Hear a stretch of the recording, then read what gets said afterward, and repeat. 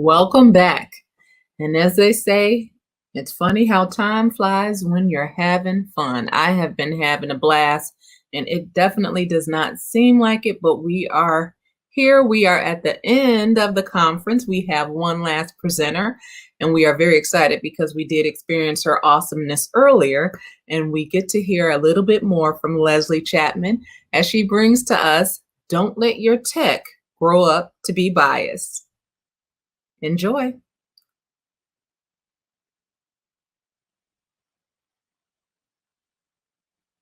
Hello, my name is Leslie Chapman. I am a distinguished engineer at Comcast in beautiful Center City, Philadelphia, Pennsylvania. A little bit about me. I've been with Comcast for 15 years, and I spent most of those years working on interactive television platforms, most notably the X1 platform. About a year ago, I changed my focus over to mobile development in support of home automation and Internet of Things. In my spare time, I'm really passionate about getting children interested in engineering.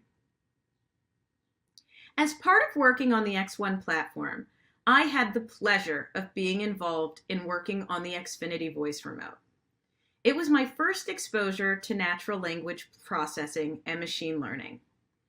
One thing I learned very quickly is that voices are as unique as fingerprints. And even an individual's unique voice can change based on if they're tired or mad or excited or even had a couple glasses of wine. Part of what I love about my job is that I'm constantly learning. And a lot of times that boils down to constantly reading. So I went down a bit of a rabbit hole researching times when diversity was not taken into account when creating products. Which leads me to why we're here today, to talk about how not to let your tech grow up to be biased. You might remember a viral video from 2017.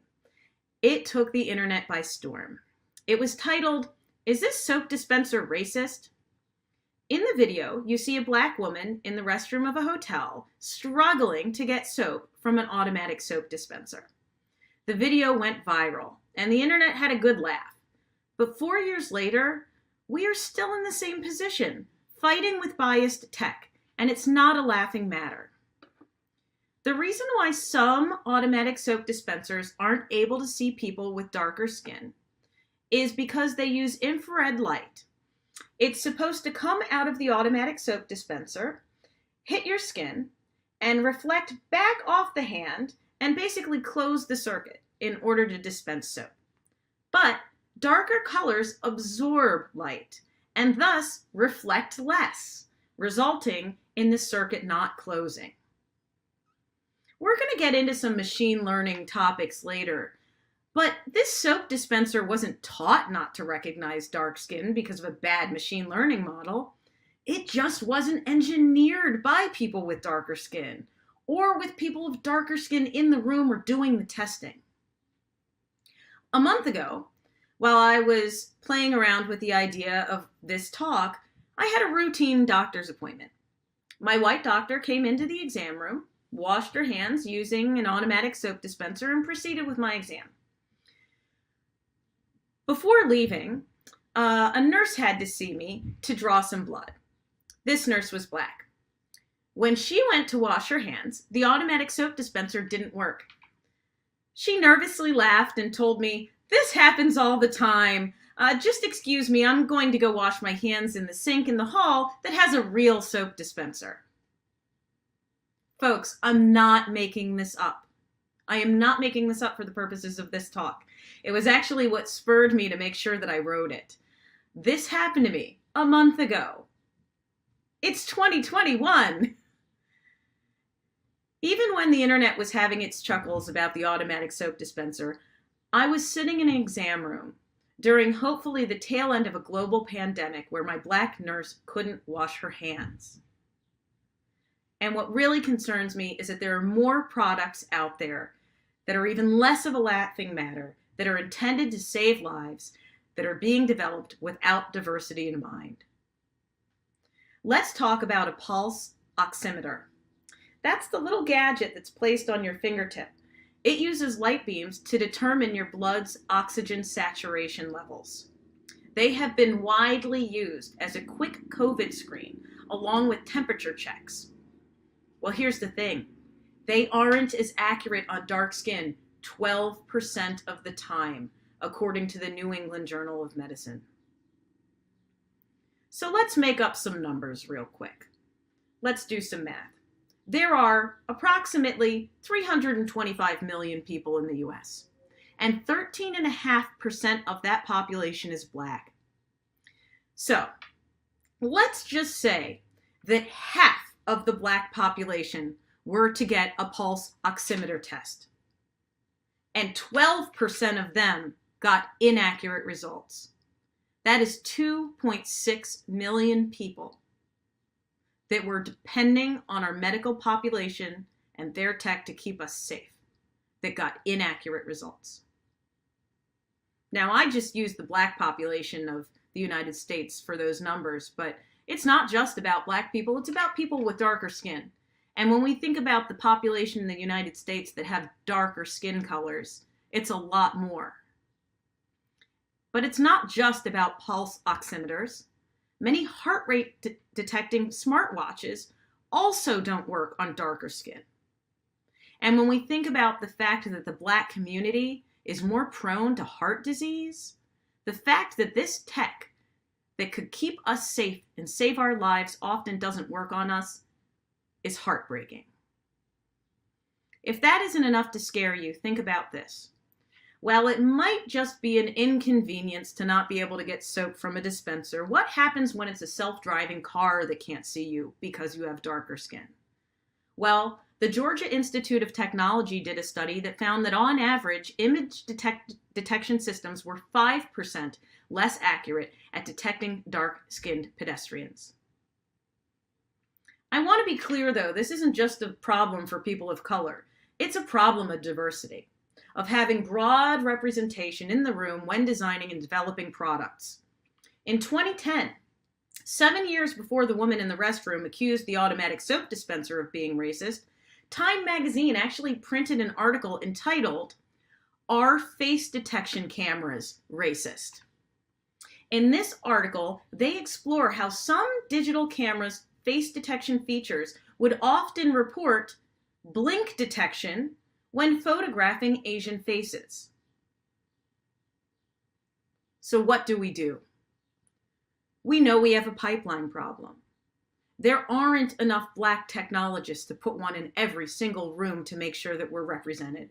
There aren't enough female technologists to put one in every single room to make sure we're represented. And while we need to think about the pipeline problem, we need to also think about other solutions. But there is hope. Many of us work on products where we take accessibility into account. It took us a long time as an industry to start treating accessibility as a front of mind for every product. Same with localization. Many of us work on products that need to be available in multiple languages. Many products today will not ship if they do not support accessibility and localization. So thinking about the differences between gender and skin color and other features should be just as much of a knee-jerk requirement. 20 years ago, localization and accessibility weren't considered as broadly. So there is hope. We can change. But we need to start today by being the voice in the room that is advocating for diversity. And others will learn by example, so that when we're not in the room, others will be the voices to advocate for diversity. So speak up. Ask the questions. Think about the questions and then ask them. Have we thought about people with both light and dark skin? Have we thought about women? Have we thought about people with different voice inflections? Have we thought about people with tattoos? Have we thought about people that have two different color eyes? When we're training machine learning models, remember that they will only know what you train them.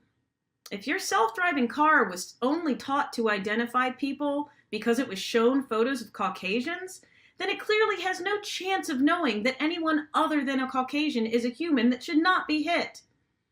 As I mentioned earlier, only 13.5% of the US population is Black.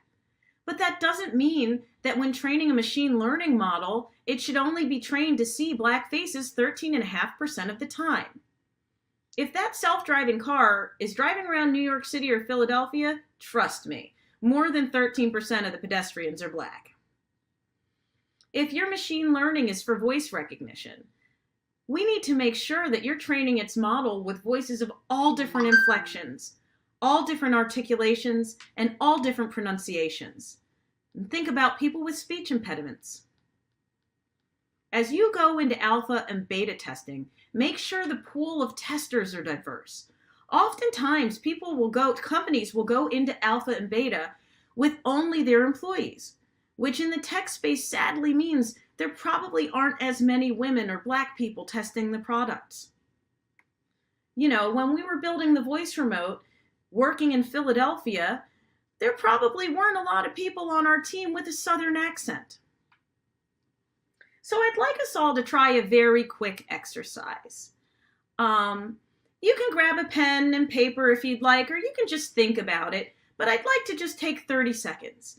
And I want everybody to just sit and reflect and make a little list in their head of what a diverse pool of testers or a diverse audience would look like for your product. I'll give you a couple of quick examples. For me, it would be, we would have someone for whom English is not their first language, someone who is blind, someone who's using 2 crutches, someone with a pacemaker, and so on and so forth. But I want to give you all 30 seconds to just kind of sit and draw that picture in your mind of who you would include in a diverse audience. 30 seconds, starting now.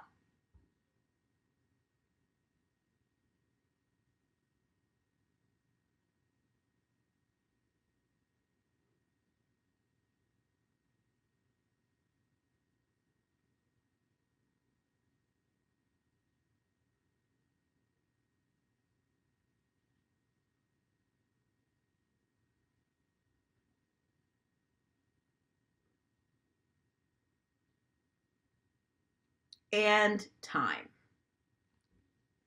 Well, I'm really curious what processes people took as they thought about their lists. Did you maybe think about your friends and family? Did you think about some of the groups that I've already mentioned? Did you think about people that your products didn't include in the past, because hindsight's 2020? I have a unique thought that I'd like to share. I'm wondering if anyone here thought about people with medical conditions that cause tremors. It's estimated by the U.S. Department of Health and Human Services that over 14 million Americans have tremors. So if you work on any products with a gyroscope, it's a really important audience to consider. If you make any products that require fine motor skills, it's a very important audience to consider. Now let's think about this. As a group here, as an audience here, we only had 30 seconds, and I bet if we combined all of our lists, we would have such a wonderful, wonderful idea of what a diverse audience looks like. So I challenge you to go back and do this with your coworkers. Gather 10 people and have each one of them put together a list of what they think a truly diverse pool of users look like. Then compare notes, because I bet everyone has someone that they've missed on their list that somebody else doesn't. The fact that I'm a Black woman doesn't mean I'm the best suited to make that list. I have my own biases. But when I'm one of the inputs into that thought exercise, I can bring my unique perspective to combine with everybody else's unique perspective. And now you can refer back to that list when you're training your machine learning models, when you're soliciting for alpha and beta testers, but more importantly, when you're coming up with the requirements in the first place. No company sets out to be that product that gets called racist on the internet, but it happens over and over again. But you can be the voice that helps your company avoid that embarrassment. And more importantly, you can be the voice that helps your community live in a world where tech works for you and not against you. Thank you all for being here today. Happy Juneteenth, and be well.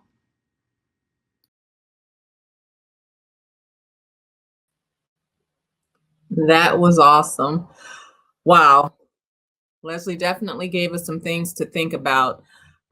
If you just like kind of even thinking about the fact that people often have good intentions, but sometimes, even with good intentions, biases, they're there.